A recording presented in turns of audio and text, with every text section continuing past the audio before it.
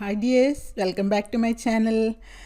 നമ്മുടെ കീമിൻ്റെ second phase mop up allotment publish ചെയ്തിരിക്കുകയാണ്. അപ്പോൾ കുറേ പേര് ഇന്നലെ വരും എന്ന് പറഞ്ഞിട്ട് ഇന്നലെ തൊട്ട് വെയിറ്റിംഗ് ആയിരുന്നു. ഇപ്പോൾ ഇത്ര ഒരുപാട് ലേറ്റായിട്ട് ഇപ്പോഴാണ് ജസ്റ്റ് വന്നത്.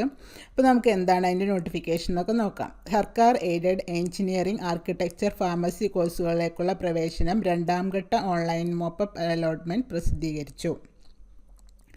സംസ്ഥാനത്തെ സർക്കാർ എയ്ഡഡ് എഞ്ചിനീയറിംഗ്, ആർക്കിടെക്ചർ കോളേജുകളിലും സർക്കാർ ഫാർമസി കോളേജുകളിലെ ബി.ഫാം കോളേജുകളിലും ഒന്നാം ഘട്ട മോപ്പപ്പ് അലോട്ട്മെൻറ്റിന് ശേഷം ഒഴിവുള്ള സീറ്റുകൾ നികത്തുന്നതിനായി രണ്ടാം ഘട്ട ഓൺലൈൻ മോപ്പപ്പ് അലോട്ട്മെൻറ്റ് ce.kerala.gov.in എന്ന വെബ്സൈറ്റിൽ പ്രസിദ്ധീകരിച്ചിട്ടുണ്ട്.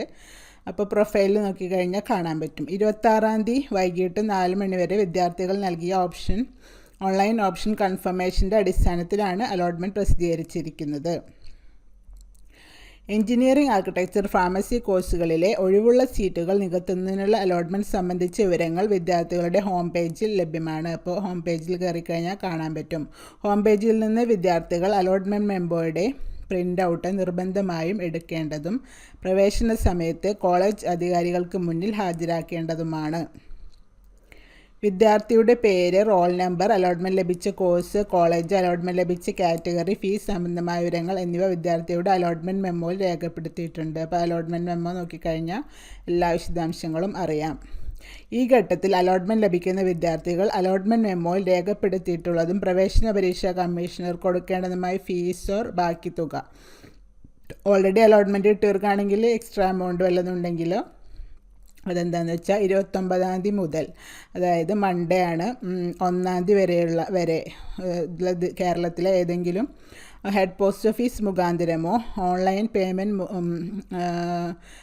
മുഖാന്തരമോ ഒടുക്കിയ ശേഷം 1-ാം തീയതി വൈകിട്ട് 3 മണിക്ക് മുമ്പായി കോളേജുകളിൽ പ്രവേശനം നേടേണ്ടതാണ്. അപ്പോൾ ഇത് ഒരുപാട് പേര് ഡൗട്ടായിരുന്നു, ഇത്തവണ വെർച്വൽ അഡ്മിഷൻ ഉണ്ടോയെന്ന്. അപ്പോൾ അതില്ല എന്ന് പറഞ്ഞിരിക്കുകയാണ്.